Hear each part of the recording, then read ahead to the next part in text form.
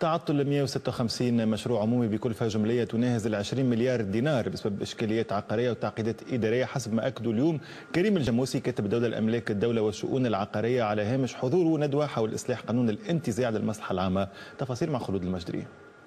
أكثر من 150 مشروع عمومي معطل بكلفة تناهز 20 مليون دينار، إشكالية ترجع إلى الوضعية العقارية وإلى قانون الانتزاع من أجل المصلحة العمومية اللي اجتمعت اليوم في شأنه لجنة وزارية تحت إشراف وزير العدل حافظ بن صالح للنظر في السبل الممكنة للتسريع في إنجاز هذه المشاريع المعطلة وإعداد مجلة جديدة لقانون الانتزاع. عندنا أكثر من 150 مشروع عمومي معطل أو متعثر. علاش متعثر؟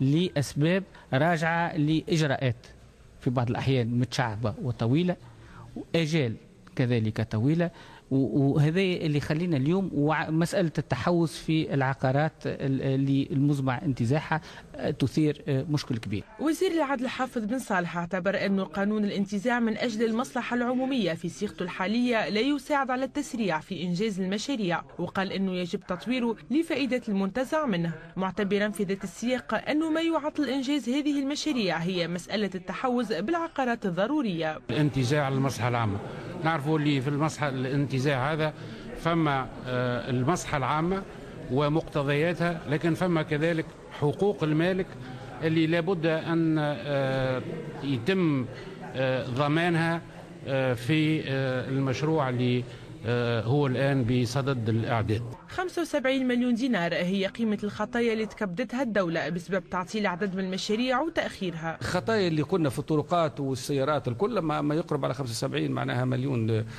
دينار اللي تكبدتها يعني المجتمع التونسي أو الاقتصاد التونسي، لأن وقت اللي وصلنا احنا نلقوا عدة مشاريع واقفة وعندها واقفة عندها سنين يعني، ولذا يجب تحفيز المقاولين حتى يرجعوا. لكن ساعدتنا الحقيقة بكامل الصراحة كتابة الدولة لأملاك الدولة ووزارة الفلاحة ووزارة العدل بوجود قضاة وبوجود خبراء عاونونا للانتزاع ولا يعني إقناع ومعقلة النائعة عقلية الناس اللي بدينا نغيروا فيها بشوي بشوي. الجلسة اللي انعقدت اليوم تعتبر مرحلة للتفكير في إعداد مجلة جديدة تأخذ بعين الاعتبار الفاعلية والجدوى على مستوى الانتزاع للمصلحة العامة مع ضرورة ضمان حقوق المالك.